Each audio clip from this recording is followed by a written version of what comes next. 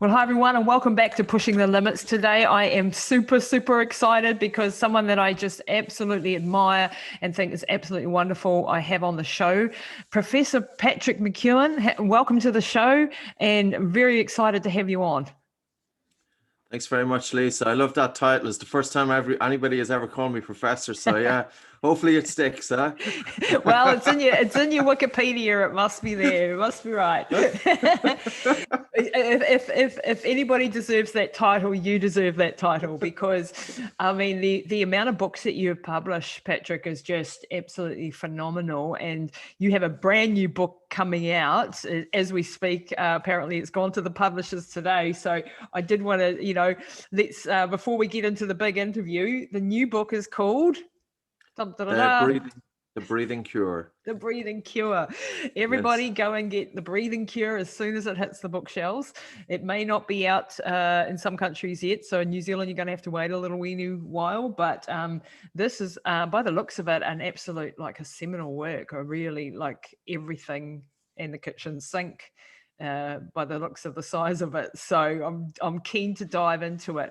I've come to know you through the Oxygen Advantage, your previous book. It's been a game changer for me, and I was just desperate to share the information and to disseminate it to people that follow me and my crowd down here, and share the insights, because I think this stuff is just, I know you've been shouting it from the rooftops for a couple of decades now, but I know how slow things are to get around the world. And it's through books and it's through podcasts that we are able to share directly. So for everyone listening, Patrick is a breathing expert, for the want of a better description, because that really sums it all up. You are a potato breathing expert, but you're so much more than that. Patrick, can you just give us a bit of a background about your career, and why the heck did you get into breathing? Yeah, I fell into it. If I had ever said, if somebody said to me that I was going to choose a career in teaching breathing, I'd say they must have been on something. Um, I was a kid growing up with asthma, teenager with asthma. Into my college years, asthma was getting progressively worse. And the asthma you kind of live with. And I was taking medication, but wasn't under great control, and I was wheezing a lot. It was my sleep that was the big issue. I was waking up exhausted. Not so much in primary school. Up to the age of 11, I was very bright in class. I was well up there at the top of the class. And something happened when I went into secondary school. And I went from pretty much top of the class down to the bottom of the class. Wow. And I knew it, because I can remember, as a kid, you're drawn back and you're saying, like, I used to be able to keep up with all of the kids, and now I couldn't. But it was my sleep. I was falling asleep in class, and I never put a connection. I was a chronic mouth breather at the time. And, this is normal with asthma, because if you're wheezing with asthma, you're just feeling that you're not getting enough air. So you're going to breathe through your mouth. But also, if you have inflammation of your lungs, you're more likely to have a stuffy nose. So I was a chronic mouth breather.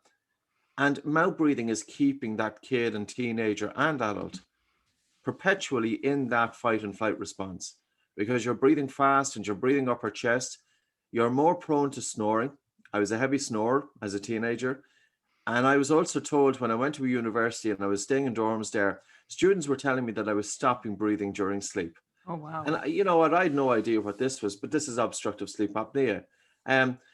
So for me to get grades, I had to really work hard. And that's why I often feel, why on earth are 25 to 50% of studied children persistently mouth breathing? Yeah. And Lisa, nobody in the industry is doing much about it. There are a few brilliant orthodontists, and there are a few brilliant medical doctors, but there's a great ear, nose and throat doctor from New Zealand, Dr. James Bartley. Oh.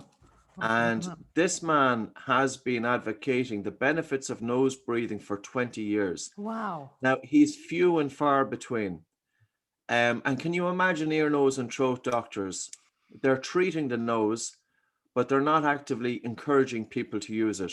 Exactly. And I had an operation on my nose in 1994, and nobody told me to breathe through it afterwards. And you know what? If we have a behavior of mouth breathing all the way through childhood for, say, 10, 15 years, and then suddenly we get the nose fixed, it's not just enough to treat the nose. We need to change the behavior. Yep. So from 1994 until 1998, I kept on breathing through an open mouth. And then I read a newspaper article. And the newspaper article said two things. It said that people with asthma need to be breathing in and out through their nose. And people with asthma need to be breathing light. And I knew I was doing neither of those things because, you know, I'd always hear my breathing. I was caught for breath. And, you know, my asthma was more out of control than typically what it should have been, you know, and partly that was my fault as well at the time. But, you know, kids being kids and teenagers, etc. That night, I made a concerted effort. Well, that day, I used nose and blocking exercise to help open up my nose. I was feeling air hunger. I switched to it. And I taped my mouth closed that night. And I wore Breathe Right strips in my nose as well, just to make sure my nose stayed open because I had nasal congestion. And I woke up the first morning, kind of getting used to it. The second morning, I persisted with it. I was feeling suffocated. I kept going with it. The second morning, I woke up and it was the best night's sleep that I had in about 15 years. Wow. And that first week, my wheezing reduced by about 50%. Now, some people mightn't believe that, but that is absolute genuine. Wow. I spent 4 years in a university in Dublin, Trinity College in Dublin, studying economics and social sciences. And I was in the corporate world. And I never was going to teach this. But just 2 years later, I was driving from one end of the country to the other. And I just got a gut feeling or a hunch, but I just had a feeling that, God, I'd love to be teaching breathing. And I knew firsthand the difference that it made to me. And you know what? That made a big difference because Exactly. people could say, well, it's a load of nonsense and the theory doesn't stand up. And that's what I was told. And I said, listen, it couldn't be. Look, the difference to me. You know, it's not just, it can't be. Some doctors said it was placebo. I said, listen, this can't be just down to placebo. And it wasn't just my asthma. It was my sleep quality, but it was also, I had focus and concentration for the first time. Yep. And people ask you, what does that mean? And I mean, focus and concentration is, if you wake up within 10 or 15 minutes, you can open up a book that's fairly complex, you can read it, and you can hold your attention there. And I wasn't able to do that in school. So you can imagine that kids and teenagers, and even say a CEO, say somebody working in any job that's using the mind, whereby they have to concentrate. And society does demand us to concentrate. Concentration is demanded of us, but nobody teaches us how. Yep. The educational profession now. So I'm giving out about the medical profession first, and now I'm giving out about the educational profession. No, you go for it. These kids, you know, because I was the child in school, you know, in secondary school, which is high school. I'm not sure if you call it secondary school in New Zealand. High school, yep. But basically, I'd be looking at the page, but my attention wasn't on the page because I was lost in thought. I was absolutely absorbed in my mind. And I'd read the page, and to the outside observer, it would look as if I'm looking at the page, but I am. But my attention wasn't there. Yep. And this is where, you know, children are graded as being intelligent or academically gifted or whatever, and nobody is taking into consideration these kids' sleep. Yep. Nobody is taking into consideration these kids if they have racing minds. And it's not just about treating with Ritalin or something like that. ADHD is very much related to poor sleep in children. And there has been papers on it. And, you know, this topic has been studied. And one researcher, Karen Bonnock, she looked at a study in Stratford-upon-Avon. She conducted 11,000 children, big population, over 8 years.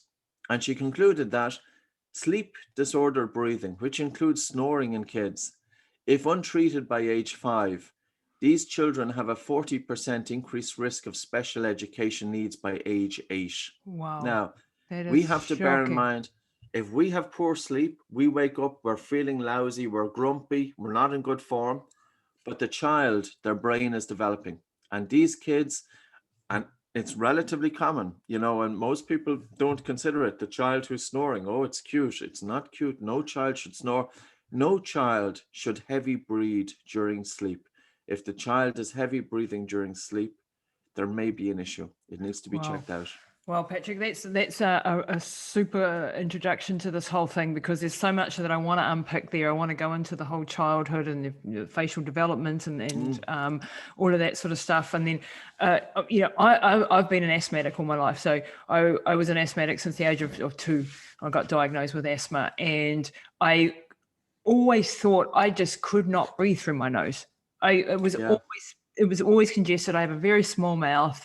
Same story as you. I've got crooked teeth. I had to have all sorts of teeth stuff done to fix things. I have a very narrow, and I read your book and I just went, I've heard before that nasal breathing is good. And I'm an athlete. Who did ultra distance running because I never had the capacity to do short distance. So I had a very strong mind. So I went with the long stuff. Okay. But I ran through pretty much every desert on earth with my mouth open. And I wish somebody had told me this 20 years ago, that there was a way to unblock my nose and that I could get a lot more VO2 max, that I could get a lot more performance if I'd had my mouth closed, and that I wasn't be constantly thirsty and constantly getting up all night and broken sleep and dental decay and problems because I always mouth breathe and bacteria. And there's a knock-on after knock-on effect from this just in my life. So when I read that I could clear my nose and I started doing the breath hold exercise, which we'll talk about in a minute, basically you hold your breath for as long as you can, and then you breathe in through your nose. And all of a sudden, after 2 or 3 breaths of doing that, I could unclear my nose. And I was like, holy heck, this stuff works. And for the first few weeks, it was difficult. Sometimes it took me 5 or 6 breaths. And when I would go for a run and I slowed myself down running so that I could actually breathe through my nose, and it would take me 10 minutes of warming up until I could actually get myself into nasal breathing. But I managed to do it, and I'm 52 years old. My career is over, and oh my God, how tragic, because I never got to see what sort of a VO2 mix I could have developed, and my lungs could have been a lot better, and I wouldn't have had to have so much asthma medications, which have huge impacts. I'm not saying that asthma medications are bad, but they do have side effects that are quite pronounced.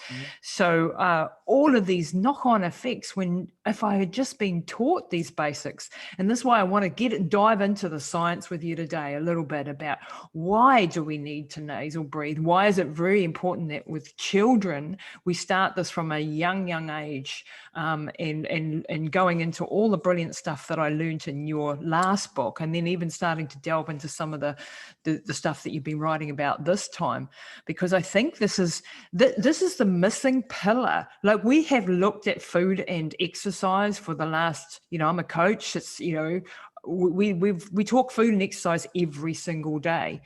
Nobody has up until the last few years been talking stress reduction and mindfulness and calming the mind. And now people are getting into the breathing and the sleep. And those two are pillars that I think are absolutely crucial. And I'm stoked to see that more and more people are starting to discuss this. So Patrick, let's start at the science. Let's start at nasal. Why do I need to, I have a mouth, my mouth is bigger than my nose is always very narrow. Why the heck should I be concerned about breathing through the nose? Well, I suppose if you look at the functions of the mouth, and if you were to ask yourself, what does the mouth do in terms of breathing? Does the mouth warm the incoming air? No. Does it moisten incoming air? No. Does it regulate volume? No. Does it harness nitric oxide, which is an antiviral, given the time that we're in? No. Nitric oxide also is a bronchodilator, which helps people with asthma. It helps to open up the airways. And, for example, people with exercise-induced asthma, or even just bronchoconstriction when the airways are narrowing. Nitric oxide also redistributes the blood throughout the lungs. And it was back in 1988 that a researcher, Swift, found that when individuals following jaw surgery, when their jaws were wired shut, they were forced to continuously breathe through the nose. The PO2 in the blood, the oxygen pressure in the blood, increased by 10%. Wow. By nasal breathing. Now, it's Dr. James Bartley's chapter that I've taken that out. And there's another amazing doctor, Dr. Patrick McKeown, similar enough name to my own, Hugh, McKeown. And he was investigating buteyko method for asthma in New Zealand and talking about it. And I remember him saying 20 years ago, he was saying, this could save lives. So you think, Lisa, 10% of the population having asthma. New Zealand, I'd say it's 8 to 10%, similar enough to ourselves. Mm-hmm. Even the asthmatic population is not told to nasal breathe. No. And surely that makes logical sense. And it's not just that, when you think of the nose, we think that the nose is only the part in the face. If we were to put the tongue into the roof of the mouth and drag the tongue along the hard palate, all the way back to the soft palate, the roof of the mouth is the floor of the nose. Yep. So in actual fact, within the skull, we can argue that the nose is occupying more space than the mouth. For those who can't see, Patrick's got a little side thing of a head. So this is an anatomical model here. So you're looking at the nose here, you see the lips, you see the chin. And here we have the hard palate here. So we just said, put your tongue into the roof of your mouth and draw your tongue along the hard palate until you can feel the soft palate at the back. Now, sitting above that is the nasal cavity. Now, if we look at that in depth, there's a mucus blanket here, there's turbinates here, you've got sinuses here. The nose is directly linked to the brain. And if we look at the mouth, if we take air in through that mouth, that air goes straight down the throat. The mouth does nothing for breathing, never has. And also the other thing about mouth breathing is if you look down at your chest and if you take a breath through your mouth, what part of the body moves? Typically chest breathing is activating the upper chest, and it's also causing faster and harder breathing. And physiologically, this is putting us into a fight or flight response. So, how we breathing, we can change breathing patterns to improve them, and we can influence the major disciplines of medicine. One is respiration, asthma, people with COVID recovery, people with sarcoidosis, people with COPD, etc. The mind, psychiatry, people with anxiety, people with depression, PTSD, panic disorder, gastrointestinal, people with IBS, for example, functional movement, dentistry, another discipline. So when we're talking about and sleep, and we can influence this through breathing. So just to give you an example, when we're looking at functional breathing, I emphasized a lot in terms of the biochemistry in the oxygen advantage. And the biochemistry refers to the amount of air that you breathe, the volume of air that you breathe per minute. And the volume of air that you breathe per minute is the respiratory rate multiplied by the size of each breath, the volume of each breath. Yep. And the respiratory, correct. And the respiratory rate is the number of breaths per minute. And normally it's about 4 to 6 liters during rest for an adult. And the asthma population is breathing 10 to 15 liters. Wow. But also 75% of the anxiety population have dysfunctional breathing. That's what the literature is saying, 75%. Now you can imagine people with just even a racing mind, because not everybody is going to say, I've got anxiety. But let's just look at a racing mind, which is so common. That's going to be impacted by our breathing. And when I see people coming in with a racing mind and I look at their breathing, I very often see faster breathing, just a little bit faster. It's not that the person is having a panic attack. It's just their breathing is a little bit faster. Maybe the respiratory rate is 16 breaths per minute plus. They have upper chest breathing.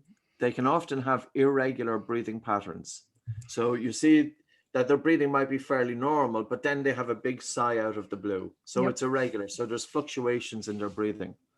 And, mouth breathing, and not always mouth breathing, but switching from mouth to nose breathing, etc. Now, with that person, I would look at their breathing as we look at any person's breathing. From a biochemical point of view, we have them breathe light. And I'll go through an exercise in a second. And light breathing is whereby we deliberately reduce the volume of air that they are breathing in order to increase carbon dioxide in the blood a little bit. Yes. And carbon dioxide is not just that waste gas. When we increase carbon dioxide, the blood vessels dilate, they open. It's very common for people with slightly faster and harder breathing to have cold hands and cold feet. That's correct. So you can imagine the 70,000 miles of blood vessels throughout the human body are constricted or, Yep. constricted due to that slightly faster and harder breathing. So for the person with anxiety, for the person with brain fog, for the person who's switched on and can't switch off, we need to get increased blood flow and oxygen delivery to the brain. And we don't do that by breathing hard. And there is an idea out there, and it's taught in many yoga studios, Deep breathing. Take a deep breath. Deep breathing and big breaths. And how do we know that?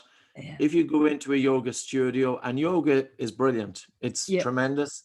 It's giving people so many, a lot of help. But what I would say to you is do all your yoga, but do it with silent breathing. That's all. Right. Do all of the postures, but just have silent breathing. So the person with anxiety, we want to increase blood flow and oxygen delivery to the brain. This has a calming effect on the central nervous system, on the brain. The second aspect is that we teach them to breathe low. And this is with lateral expansion and contraction of the lower ribs. Mm-hmm. The reason being is because of the connection between the diaphragm and the mind. So the diaphragm is connected to the brain.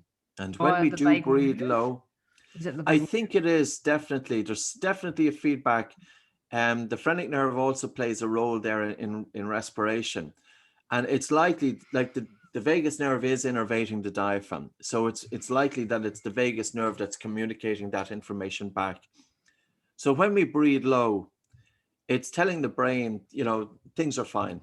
Because I think throughout our evolution, I was talking all day yesterday, sorry, just take a drink of water. Yeah, no problem. Need a bit of vagal nerve stimulation yourself, probably after all the stress of getting a book out. Well, yesterday I had a filming for a documentary for the first 4 hours, and then I had a podcast with Ben Pakulski, and then I had a 2.5 hour training afterwards. So you're talking for 8 hours. It's you need to breathe correctly. It can be a bit demanding, so it can. So coming back to the person with anxiety. So yeah, from biochemistry point of view, let's get blood flow and oxygen delivery to the brain. Biomechanics, let's get the diaphragm working as the connection with the mind, and also resonance frequency breathing. So by slowing down the respiratory rate down to between 4.5 and 6.5 breaths per minute, it's stimulating the vagus nerve. And as your listeners will know, the vagus nerve is this nerve that's wandering throughout the human body, innervating all of the major organs. And 80 to 90% of the feedback is from the vagus nerve back to the brain. So throughout our evolution, every time that we as human beings were confronted by stress, it was always accompanied by faster and upper chest breathing. Mm-hmm. So stress and faster and upper chest breathing go hand in hand. If we get stressed today, our breathing gets faster, harder, upper chest. But if we are breathing faster, harder, and upper chest as part of our everyday breathing pattern, as 75% of people with anxiety and panic disorder are, that's telling the body, that's telling the brain. We're in danger. Exactly. Yeah. So how do we change and switch this off? Well, when we start practicing to breathe light, breathe slow, and breathe deep, and the acronym that I use is LSD. Mm-hmm. So light, slow, and deep breathing. The feedback then is from the body back to the brain, and the brain is interpreting it that the body is in a safe environment, because the body would not be breathing light, slow, and deep if there was danger. Yep. And that's how we can almost trick the primitive brain. And then the brain is going to send signals back to the body on the basis that the body is in a safe environment.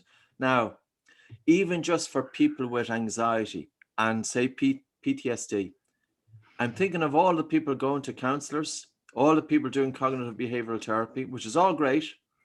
They're going to their psychiatrist, their psychologist, but how many of them are taught functional breathing patterns, not just to take a deep breath and not just to breathe a breathing exercise for 5 minutes just to help calm the mind. It's everyday breathing. Yeah. When somebody comes into me, I want to look at their breathing and say, listen, I want to change your breathing, not just here, but when you walk down the street, when you're driving your car, when you're lying in bed at night. And then we could touch on sleep, think of people who are snoring, people who have obstructive sleep apnea. And I wrote a medical paper that's with Dr. Carlos O'Connor, who's a wonderful ear, nose, and throat doctor from Madrid, and Dr. Plaza. And it's 10,000 words, and we submitted it for publication to the medical journals, and it went through the peer process. Yesterday, we got word it's been accepted for publication. Wonderful. Yep. And this is the first time looking at breathing re-education. And I mean, looking at it from a multitude of perspectives and the impact on obstructive sleep apnea. Now, an Australian researcher, Rosalba Courtney, has looked at it as well. But what I was looking for is, you know, just getting some debate on this topic, because if we think of the number of people with obstructive sleep apnea. Yep, my mum for one. Yeah, for sure. It's 26% of men up to age 50. Yep. And from age 50 to 70, it's 43% of men. Wow. And for females, it's 9% of females up to age 50. But when the female goes through menopause, post-menopausal women, it increases by 200 to 300%. So it increases typically to about 27% or there. Why is that? Is that a drop in the estrogen levels causing a change in the musculature, or what is it? Exactly. It's definitely due to the hormones, because you're not getting hormonal fluctuations. And it may be that it's progesterone that's a protective in, you know, for the younger female. But I think also fat deposits, you know, as we get a little bit older, we tend to put a bit of fat around the belly. And when we put fat on the belly, the diaphragm breathing muscle doesn't work so well. Yep. This is why obesity is so bad. And when the diaphragm breathing muscle isn't working so well, the throat is more liable to collapse. So the diaphragm and the upper airway dilator muscles in the throat are connected. But even if I was just to say, like I always use the example, people would ring me up and say, well, how can you fix snoring, you know? And I say, listen, do this. As I make the sound of a snore through your mouth, and they go like this. And I say, now close your mouth and try and snort through your mouth. You can't. So the mouth snoring stops. And now make a sound of a snore through your nose. And it goes like this.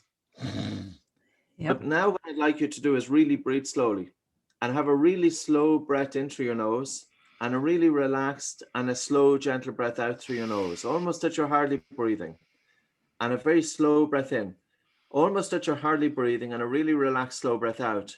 And as you breathe really slowly, try and snore through your nose. And you can do it, but it's more difficult. Yeah, you it's can't. Much more difficult. Yeah. And this is where, when you think of an engineer, if you were thinking, even a plumber, can you imagine a plumber coming to the house and you're saying, I need to get some water from one end of the house to the other. And the plumber is thinking, well, what size pipe can I use here? The plumber is going to consider the size of the pipe is going to be determined by the flow of the water. Yep. And if there's a large flow of water, the plumber is going to choose a large pipe.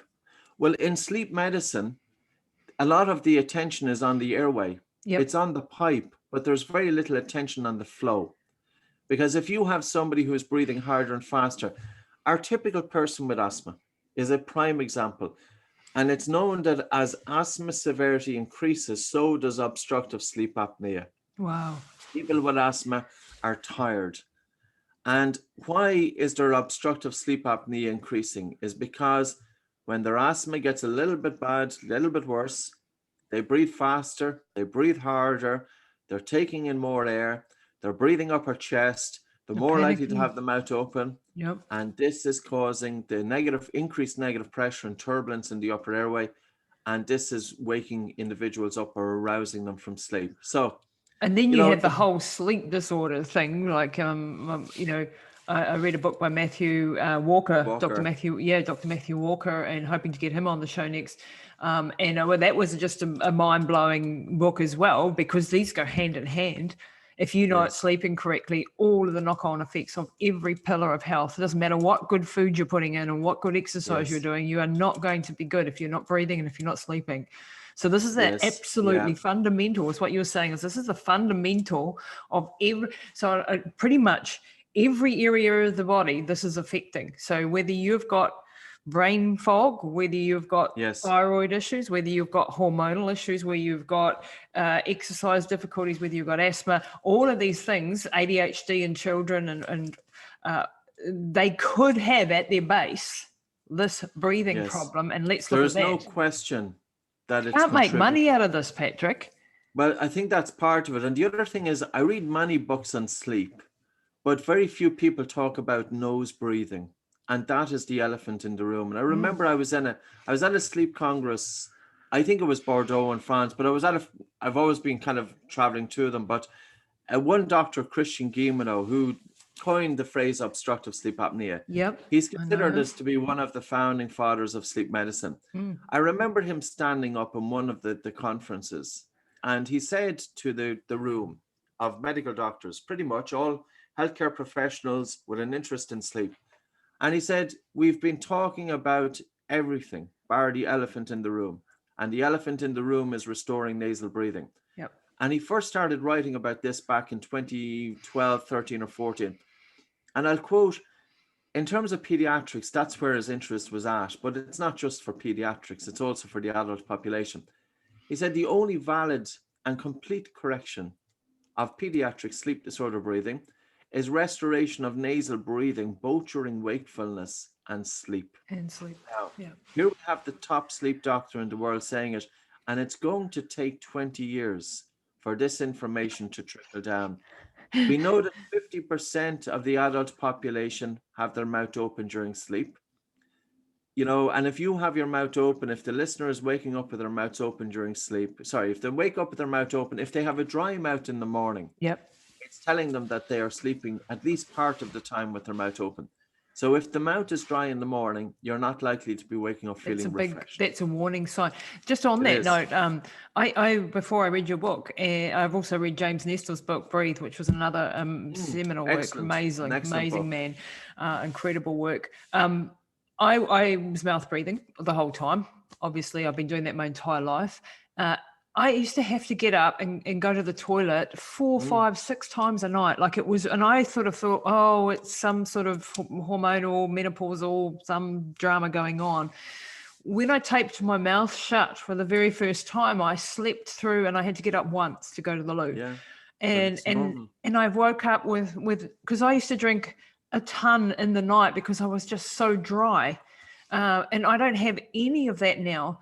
And I know I can't remember the science behind it, but it was something to do with antidiuretic hormone and my body not producing as much urine because it's not, I forget the science, but it was just like that alone for my sleep was game changing, you know? And I think I really want people to, like, we've been talking about taping your mouth and that sounds like a torturous thing. And I must admit, like the first, I read your book and then I was like, yeah, I don't know, I might die if I tape my mouth shut. You know, I was quite frightened. And then I saw a video, I think it was you just showing that it was just a tiny piece this way, like vertically, not right across the whole mouth like you see on some internet videos. Don't do that. So that I knew that I could break it if I was panicky and if I really needed to open my mouth to breathe and I had a blocked nose. And so I did it that first time. I'll show you another option. An option that we brought out for children, because of course, even for kids, we don't want to be putting the tape, even if it's a small amount. But this was brought out for children specifically, and then of course for the adult population. Oh wow! It's MyoTape. MyoTape, and I'll just show it to you. It's the links in the show notes. So it's cotton tape. And I'm just taking off a piece of it here. Yeah, for people on the podcast, so he's got this orange piece of tape that goes around the mouth. Okay, so it just holds the mouth together. That's a good look, Patrick. It's a good look. It'll enhance anybody's romance life. Now, the next one that we're bringing out is going to be skin colored on the back of that. But it's an elasticated tape, and it's also having to activate the muscles around the mouth called the orbicularis muscle. So there's a number of things what we did it for. It was a training tool for children. Right. So, for instance, we would have children go through all of the exercises, decongesting the kid's nose, getting the children breathing through the nose. The kids walk in, and a week later, mouth is wide open again. Yeah. So I'm saying we're changing breathing pattern, but we're not necessarily changing the behavior of nasal breathing and mouth breathing. So I said to the kids then, this is 3-4 years ago, I need you to start taping your mouth during the day. If you're watching television, if you're playing with toys, if you're doing your homework. And the kids started doing the taping, half an hour a day to about an hour a day if they were watching a television program. And it was a total game changer. Wow. And this was really getting, forming that habit of nose breathing. And then I was thinking, well, kids want to talk and they want to drink water. And this is where the Myo tape came out, so that the children can have the tape. And if they're watching television, and if they forget about breathing through the nose, as soon as they open the mouth, the tape pulls their lips together and it tells them to breathe through the nose. So it's just a retraining. And the other thing is we feel much more comfortable with children wearing this during sleep. Once we've established that kids can nasal breathing during the day, that it's not the adenoids that's the issue, and getting children breathing through their nose during sleep. And it's really, really vitally important. In terms of, you touched on it earlier on, Lisa, craniofacial development. Yes. I have the high upper palate. My nose, one nostril is smaller than the other. My mandible has been set back. My maxilla is set back. My airway is compromised. And the problem with this is, this has been debated in dentistry for 100 years. Can you imagine an industry of individuals armed with medical or dental degrees and debating about the impact? Is it mouth breathing which is causing, crooked teeth, or is the child born with a small mouth, and all of this? And it's really crazy stuff. And it's so unfortunate, because why are up to 50% of studied children persistently mouth breathe? And I see the role of the dentist. I wrote about this in the new book. The role of the dentist has such an important function there, our job, because they can identify the risk factors in sleep disorder breathing in children. Yeah. We don't go to medical doctors very often, especially as adults, but we go to our dentist every 6 months. And the dentist can see the risk factors. For example, they can see if the airway is compromised. They can see straight away, because they're used to looking into the mouth. Yep. Does the child have a high upper palate? Wow. And the high upper palate has severe consequences. There was a paper published in 2012 in the European Journal of Pediatrics. Dr. Christian Guilleminault is the co-author of it, looking at 7 infants who died as a result of sudden infant death syndrome. They died abruptly during sleep. Yep. All of the kids had a high upper narrow palate. And the only thing that they had preceding death was a runny nose. Wow. So they just couldn't breathe. They just Exactly. suffocated. Exactly. Wow. They died of a hypoxia during sleep. So you can imagine that these young babies, young infants, they already have a high upper narrow palate. So their nasal cavity is already infringed. And all it took was a runny nose or nasal congestion, because young infants can't automatically switch to mouth breathing. Right. They have to continue trying to breathe through the nose. Now, if that was spotted, and all the mom or dad has to do with their thumbs, wearing gloves, put it into the baby's mouth and apply gentle pressure for 10 seconds, because the maxilla is pliable. Wow. And they can gently just expand it. Or you could have a pediatric dentist able to do it with small devices. And this is crazy stuff. This knowledge is just not known. Like, no local dentist would know about this. I can guarantee you. They don't know about it. I went down to my local dentist in my Cullen, and I asked him, does mouth breathing have any effect on craniofacial development? And he said, no. And I said, okay, I'm not even going to bother here. And it's so unfortunate. And there is absolutely no question. Like, if we look at one study by Harvold, he was a functional dentist from Canada, and he was working, I think, in the United States. Yep. He got a group of young rhesus monkeys back in the 1970s. And he surgically blocked their noses to force the monkeys to mouth breathe. And all of the mouth breathing monkeys, they developed the same craniofacial abnormalities as we see in humans. Yep. Now, and furthermore, when he removed the silicone nose plugs to allow the monkeys going back to nasal breathing, that in many instances, the shape of their face corrected itself. Wow. So then I look at a paper by an orthodontist, a well-known orthodontist in the United States called Dr. Catherine Vig. And she's married to an orthodontist. So, she knows a bit about dentistry. Yeah. And she says we can't rely on Harvold's studies, because he totally blocked the noses of the monkeys, and total nasal obstruction is rare in human beings. Now, She missed the point. It's not whether the nose is totally blocked or half blocked or partial, whatever. Yeah. It's whether what caused the abnormalities was mouth breathing. That's all we need to know. So if a child is persistently breathing through an open mouth for a period of time, and let's say it's 6 months, 6 months would be, say, mouth breathing syndrome. Is that sufficient to cause craniofacial abnormalities? Yep. And there's one brilliant orthodontist from Australia, from Sydney. His name is Dr. Derek Mahoney. Now, for some reason, it's Mahoney in Australia, but Mahoney is an Irish name.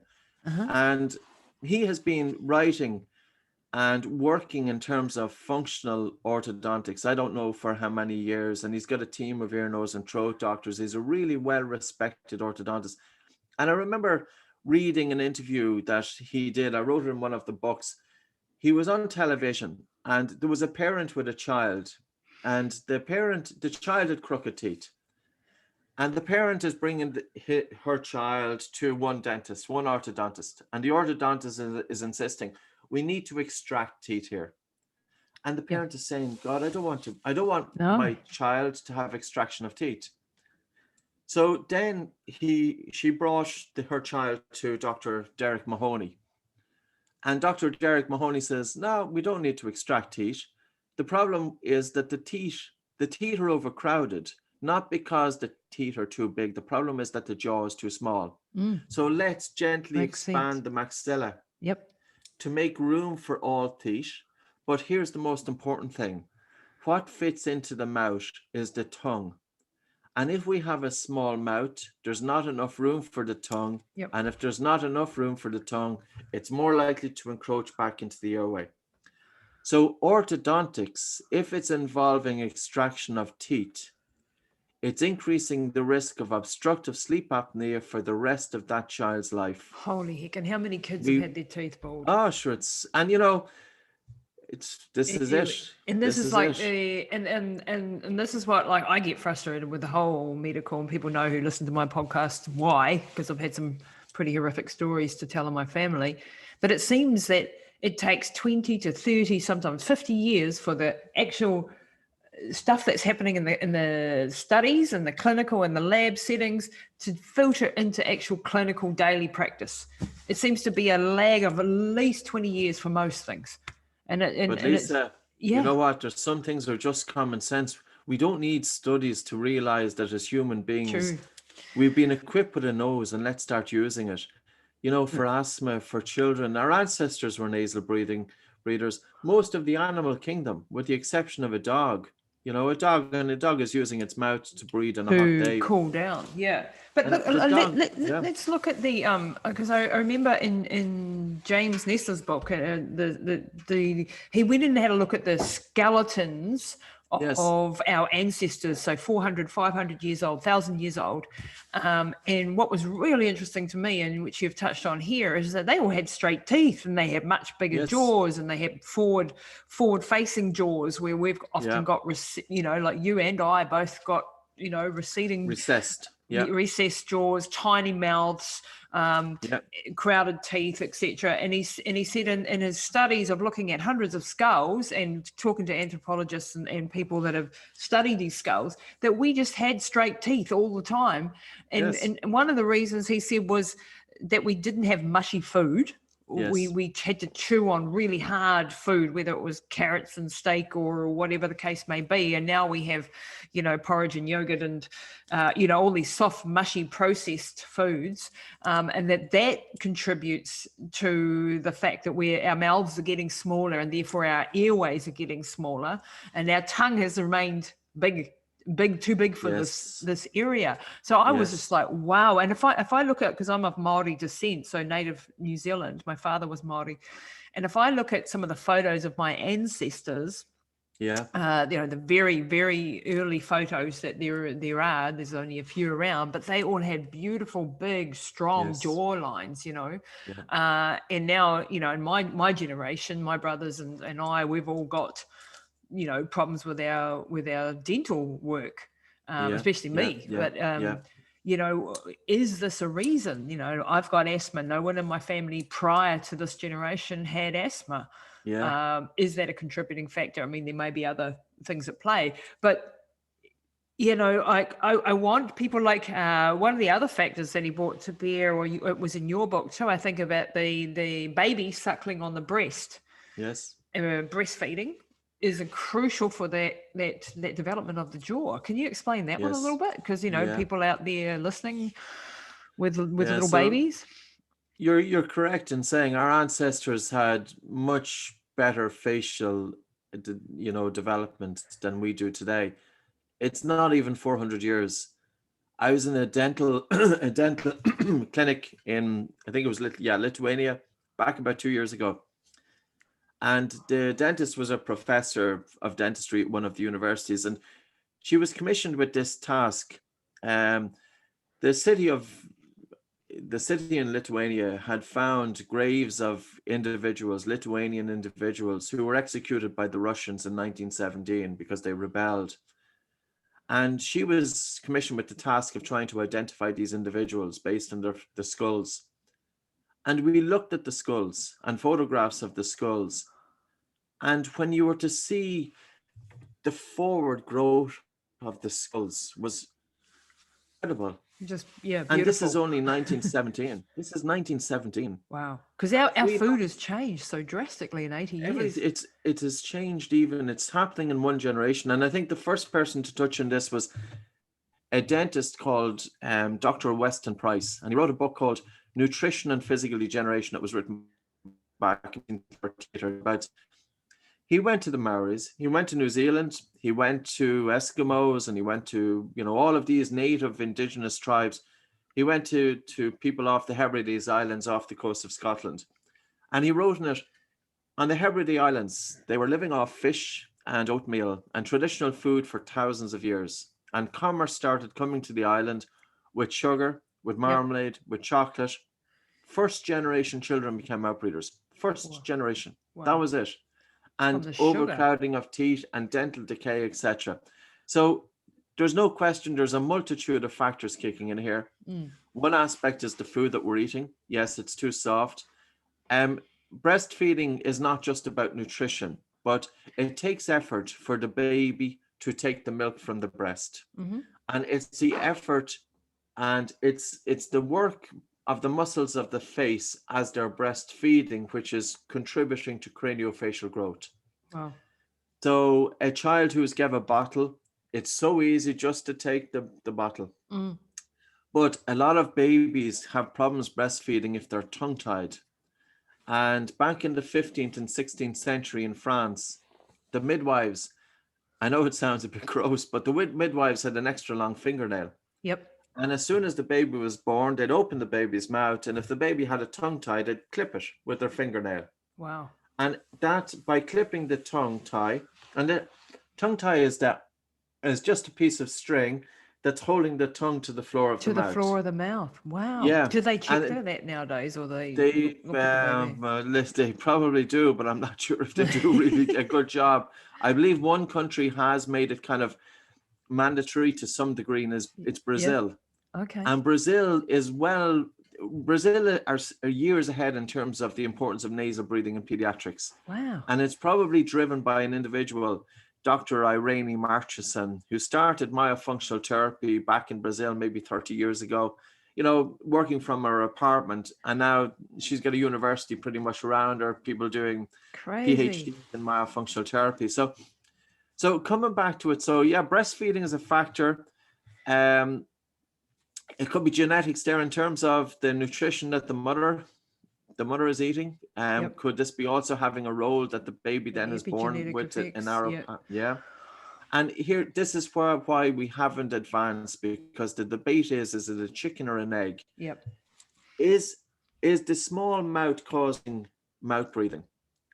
Or is it the mouth breathing that's causing a small mouth? And you know what? It doesn't matter, because regardless of the cause of it, if a dentist, a functional dentist, recognizes in a child, this child has a high palate and a narrow jaw, V-shaped jaw, the dentist has the skills to gently expand it, they can address the problem. They can Wow. address it. And Can I you see do it it in as my an own daughter. adult? I've done it as an adult. Yep. So how you know is when you ask somebody to smile, Yeah. you're checking to see if there's considerable black triangles either side of their smile. So if you were to ask somebody to smile, you could also do it, get an idea. So if you see black triangles either side, Yep. you know then that the jaw is too small for the mouth. Wow. The jaw is too small for the mouth. I use the example in the book, Prince William, from the United Kingdom royal family, and Kate. That's right. Kate. I heard that on one of your podcasts. And, you know, because you'll find these photographs very easy. Just put in, you're looking for an image of Prince William and Kate Middleton, and get a photograph of the two of them side by side smiling. And then count the number of teeth that you see in Kate's mouth. And then count the number of teeth you see in William's. And you'll see that William's jaw is significantly smaller than Kate's jaw. Wow. Now, then we have to bear in mind that maybe William had orthodontics. And you can imagine the royal family would have access to the best orthodontist in the land. Yeah. And it's possible that the orthodontist had insisted on extracting teeth in an effort to correct and made the jaw too small, not enough room for the tongue, and increasing the risk of sleep apnea. So if it's happening to the royal family, wow, how are the rest of us peasants the rest of us are buggered.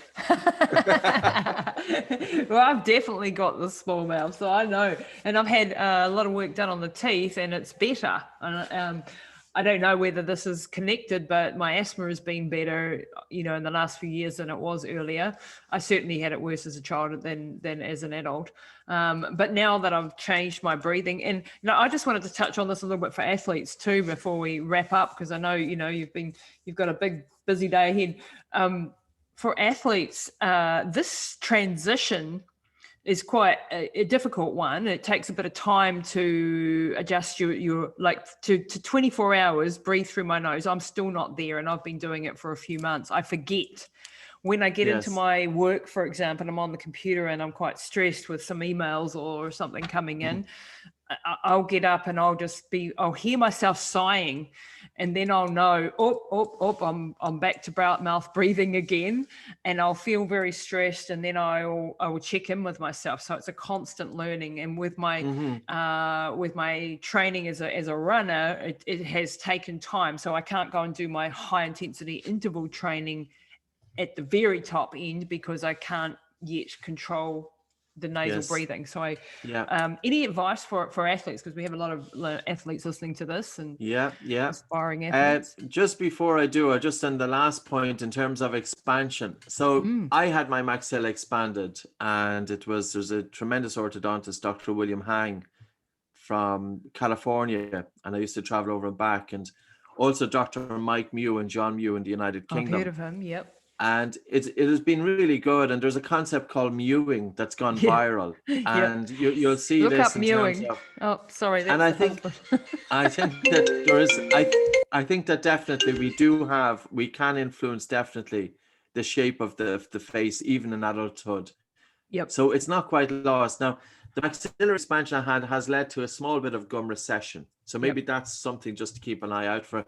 But I would sooner have a mouth that's able to house my tongue and a small bit of gum recession, as opposed to a small mouth, not enough room for the tongue, and the tongue falling into the airway. Yeah. So nasal breathing during exercise, it's much more advantageous to breathe through your nose during physical exercise than breathing through the mouth. There's less trauma on the airways. The oxygen uptake in the blood is higher. Carbon dioxide is higher with nasal breathing, which is going to generate more of an air hunger. But the increased carbon dioxide is going to cause more oxygen to be released from the hemoglobin to the working muscles. That's key. So the working muscles are getting more oxygen with nasal breathing than with mouth breathing. And there was a study back in 1995 by Morton, Morton, and looked at not athletes, but just, I think it was just normal individuals, nasal breathing. The fraction of expired oxygen was less. So in other words, the runner is breathing in, and the oxygen is transferring from the lungs into the blood, but more oxygen is getting delivered throughout the body with nasal breathing than with mouth breathing. So the individual then can stay aerobically for longer. So you're just more And efficient. it really is. And if you look at, there's one study, there's only been one medical sports scientist that I'm aware of in the world who is actively investigating nose breathing. Can you imagine that? That's crazy. His name is Dr. George Dallam, Dallam. He's working with triathletes in the United States, and he himself was a triathlete, and he's working with triathletes at a really high level. So we're talking about an Olympic level here. And he did a study in 2018. He got 10 recreational athletes, and he said, I want you to switch to nose breathing for 6 months during all of your physical exercise, and then I'll test you. In other words, he wanted to test them after the adaptations had taken place. And he tested them after 6 months. Their respiratory rate was less with nasal breathing than with mouth breathing. Carbon dioxide in the blood was 44 millimeters of mercury with nasal breathing, 40 millimeters of mercury with mouth breathing. So it was higher with nasal breathing. The fraction of expired oxygen was less with nasal breathing. So nasal breathers were more efficient in terms of their utilization of oxygen, but they had 22% less ventilation. And they were able to achieve, the nasal breathing group was able to achieve 100% of the work rate intensity in comparison to mouth breathers. Without all the wear and tear. 22% less ventilation. Now, if you think of an endurance athlete, there's an economical saving there because, there's an energy cost associated with breathing. And if you have an individual who is having to breathe a lot for a given level of exercise, number one is a lot of our oxygen consumption goes to support the breathing muscles. But number two, the breathing muscles can get fatigued. Yep. And especially if we're overworking them. And if the breathing muscles tire, if the diaphragm gets tired, blood is stolen from the legs to feed the diaphragm. And the legs will go from, the legs are going to give out. Sure, I can tell you a story about that, just briefly to interrupt you, because being an ultramarathon runner where you're running for 40, 50 hours at a time, like the pain in my chest, not from just the muscles that had been working so hard because I was a mouth breather all the time. So in deserts and Himalayas and all sorts of places, apart from the fact that I was taking in all this pollution and dust and goodness knows whatever else directly in with no filter, I was actually exhausted.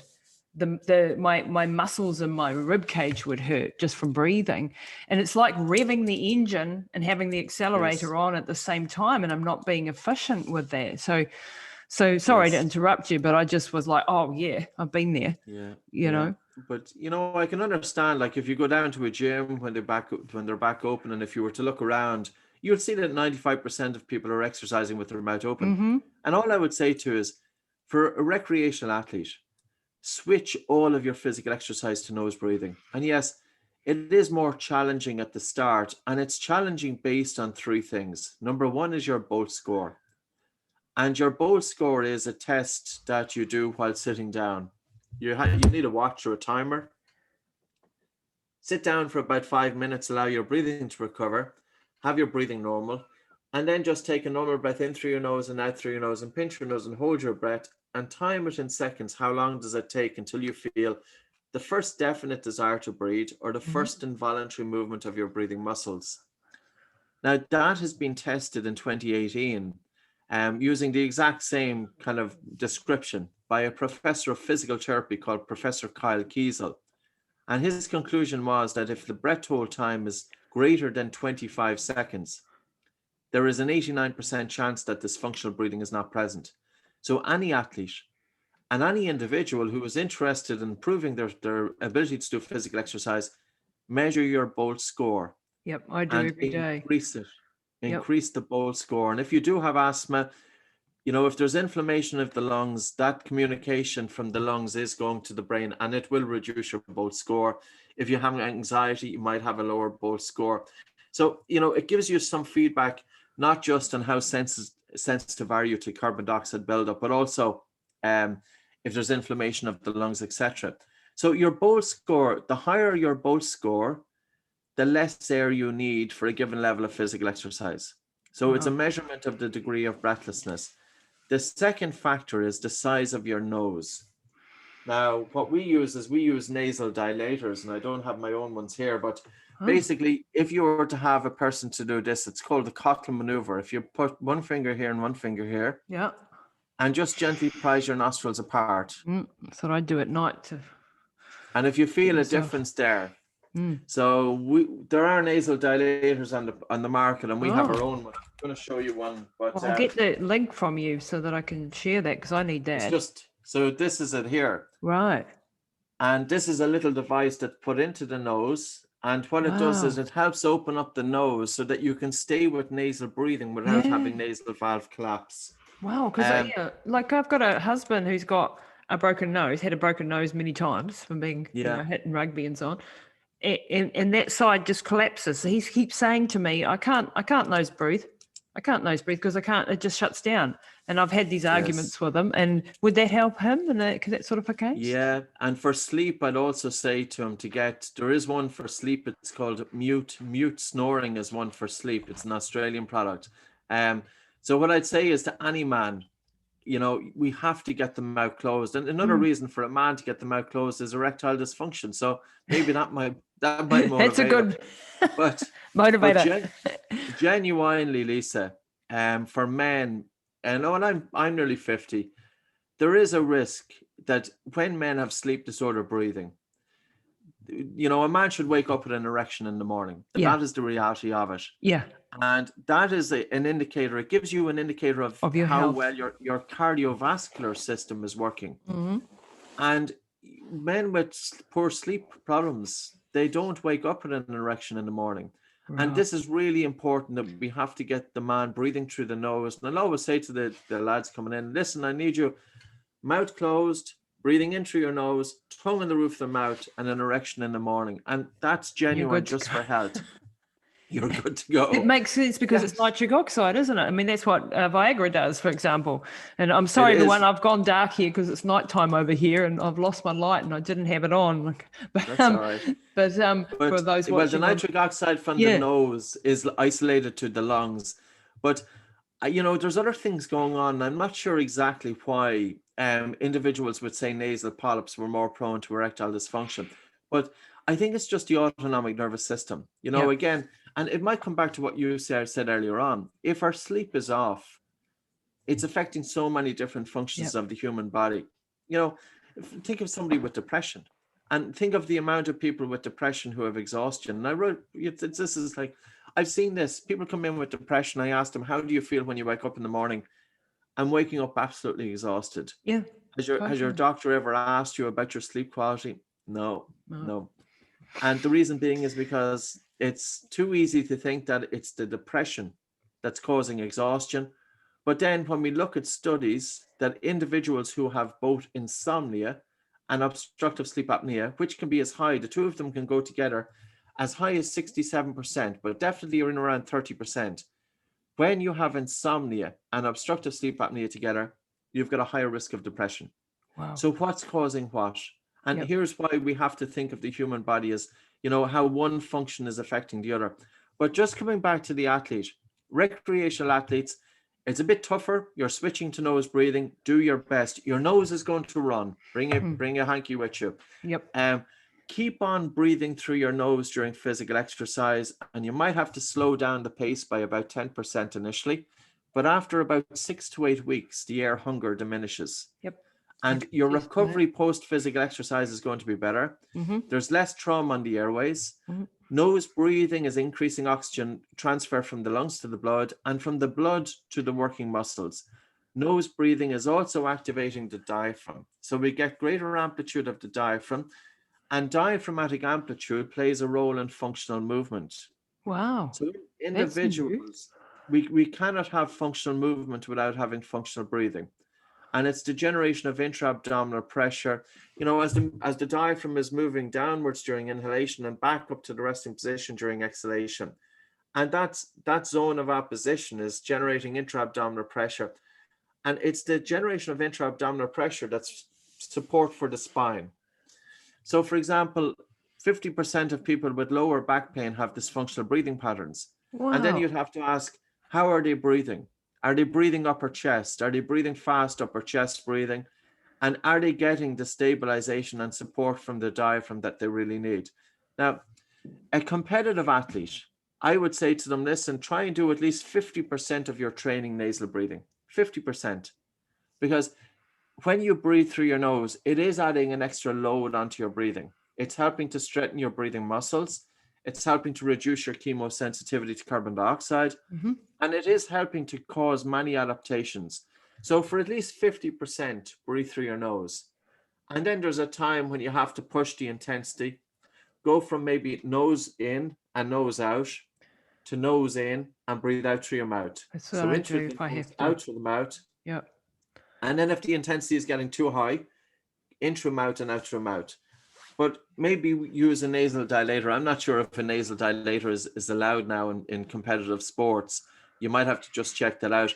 And I'd also say to athletes is do breath holding, because, Yep. you know, I've been doing that. there was for rugby players, you know, there was a study by Woorons published in 2018, Woorons. And if you put in Woorons and rugby into Google, PubMed, you'll pull it up. He got 21 rugby union players. They were professional players in Australia, 21 years of age. He divided them into two groups. For 4 weeks, he got them doing 40-meter sprints. Mm-hmm. One group, he got them doing 40-meter sprints on a breath hold, the same breath hold that we use in the oxygen advantage. Mm-hmm. Exhale and hold. The other group, the control group, were doing 40-meter sprints with normal breathing. At the end of 4 weeks, the group who were doing the 40-meter sprints with breath holding, their repeated sprint ability, which is a performance indicator in team sports, Yep. that's your ability to do all-out effort, followed by a very brief recovery before all-out effort. It increased from 9 reps to 14.8 before exhaustion. Wow. So in 4 weeks, you have professional rugby union players with 4 weeks of training, and it was only 2 to 3 sets a week. It only took about 20 minutes each set, that they were able to increase the RSA, repeated sprint ability, from 9 reps to 14.8 in that 4 weeks. And the group who were doing the 40-meter sprint with normal breathing, they increased marginally from something like 9 to 10 reps before exhaustion. So I've had a friend who's actually a coach at the local high school here, and he did that, replicated that study, and saw huge improvements in his young athletes, you know, his rugby players. And he couldn't believe that they could improve so much. So there is just so much lying on the table for young athletes. I've been training a young surfing girl here, and, you know, I hope to see some changes in her VO2 max and her ability. So that's really, really exciting. Tell her that Laird Hamilton, he wrote the foreword of the new book. Wow. So, he's a legend. I'm involved with XPT in terms of they have a breathing arm, and what they do breathing and movement and recovery. Yep. And Laird was kind enough to write and I've seen him do the exercises, and here is a guy who can push the limits. Yeah, for sure. He's great. He's great.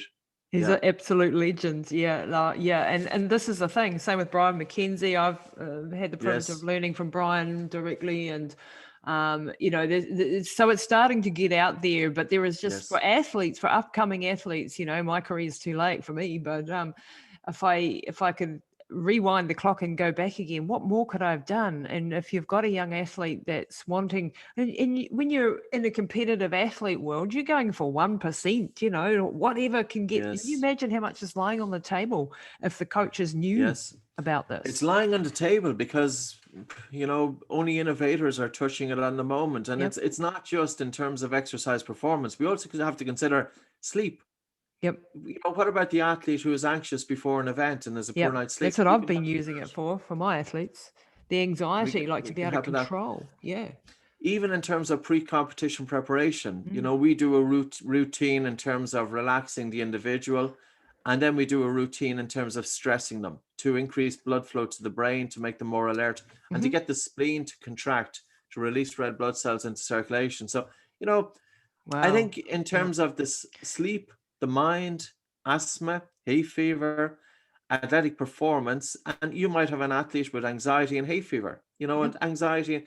What about women? You know, women during the monthly cycle, and they're going to have a change in their breathing patterns between, you know, post-ovulation, between days 10 to days 22, mid-luteal phase, and this in turn is increasing their respiratory rate. Carbon dioxide levels are dropping, and the More effect it has anxiety and on more pain pain. and anxiety, panic and fatigue. Why doesn't the female population in terms of breathing, this has been known since 1905, and yet I've never females heard that. aren't That's aware of new. it, unfortunately. That's Yeah. that's a new thing to me. And then you know things like osteoporosis and diabetes you mentioned, and before we started recording, I knew of the Yes. osteoporosis connection because it affects the pH level of the blood, which means that you're having more acidic blood, isn't it? When you have too much or not enough carbon dioxide. Is that the right way around? Well, And say for example, if there's insufficient carbon dioxide, the theory there would be that there's not enough oxygen getting to the muscles. And as a result of not enough oxygen getting to the muscles, the hydrogen ion doesn't get oxidized. yep. So it associates with pyruvic acid to form lactic acid. So Wow. you've got a drop to pH as a result of the lactic acid. Um, but I think overall, in terms of the breath, there's an ability to improve functional breathing patterns to really influence the autonomic nervous system, to get a better balance, in terms of the parasympathetic and sympathetic response. But there's also breathing exercises then to stress the body, to force the body to make adaptations. That's what I wanted to just briefly touch on with you. The famous Wim Hof, we all know. Yeah. And when I was reading your book and James's book, I was like a little bit confused because I was like, but I've done Wim Hof and I thought that was healthy. And then I sort of flipped the other way and then I've flopped back again and gone, well, hang on.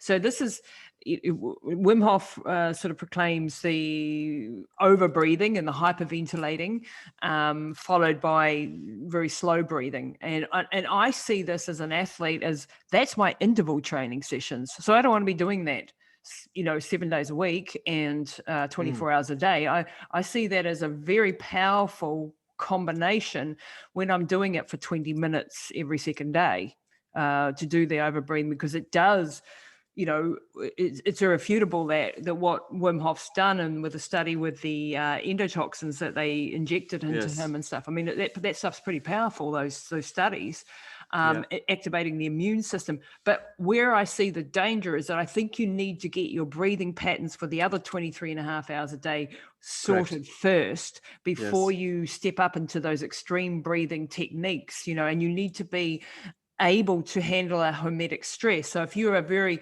older individual, a sick individual, a person who's very, very stressed, probably not the time to start, or that not the place to start. Would you agree with that assessment? I would. Yes, I would. Yeah. The Wim Hof method has been wonderful in terms of putting the breath work out there. It's involving a series of 20 to 30 hard, fast breaths to get rid of a lot of carbon dioxide. And because you lose a lot of carbon dioxide, then when you stop breathing, you can stop breathing for a long time because the alarm to breathe is being depleted.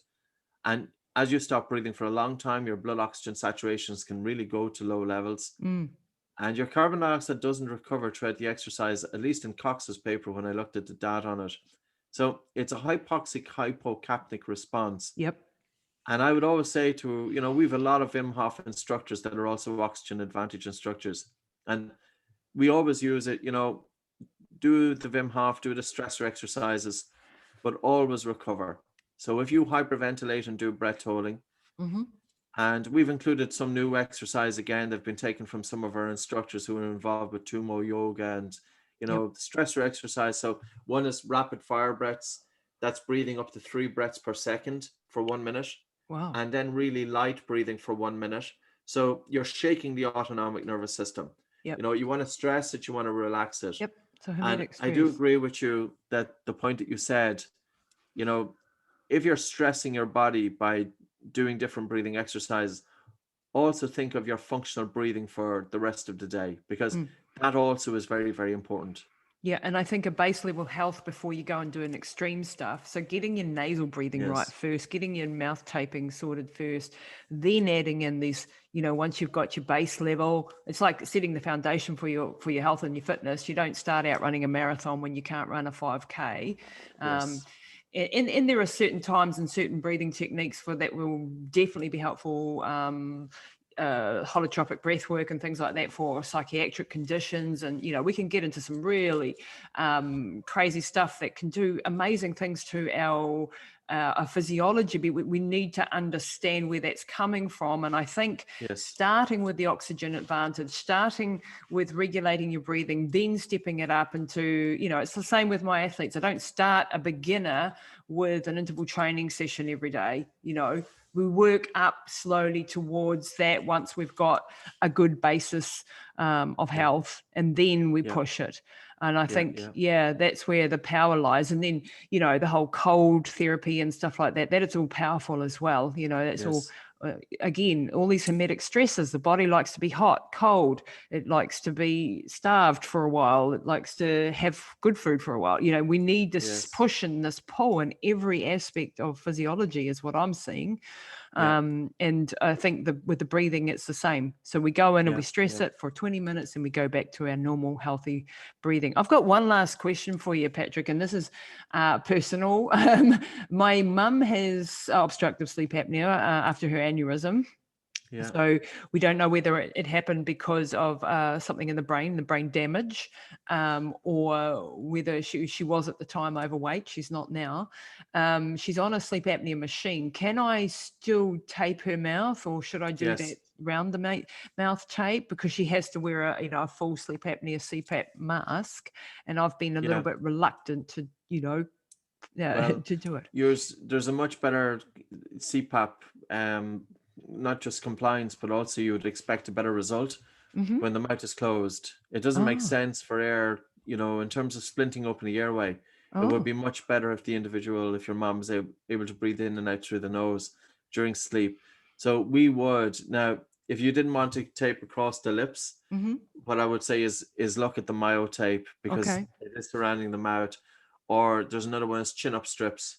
But definitely getting the mouth closed to breathe through the nose, is going to be important. And she could do that with the whole mask on as well at the same time. Yeah, but I'd say is also make sure that she switches to nose breathing during the day, because if you have an individual who is breathing mouth breathing and fast breathing and hard breathing during the day, and then you're trying to get breathing through the nose only during night, it's difficult. Let's get breathing during the day first, and once you can establish you can breathe comfortably through the nose during the day, then start it during sleep. Okay, that's brilliant. Look, Patrick, I've taken up so much of your time. I could talk to you for days, honestly. I think we'd have so much to compare, especially with some of the crazy athletic stuff that I would love to share with you and get your experience. But I want to just say, people go and buy The Oxygen Advantage. That book's already out in the world. The next one is The Breathing Cure. That's correct, isn't it, Patrick? That's it, yeah. That's just about to hit the shelves, and that's a real seminal work. I can't stress enough how important this work that Patrick is doing is for our health and just fundamental basics that we should be all taught.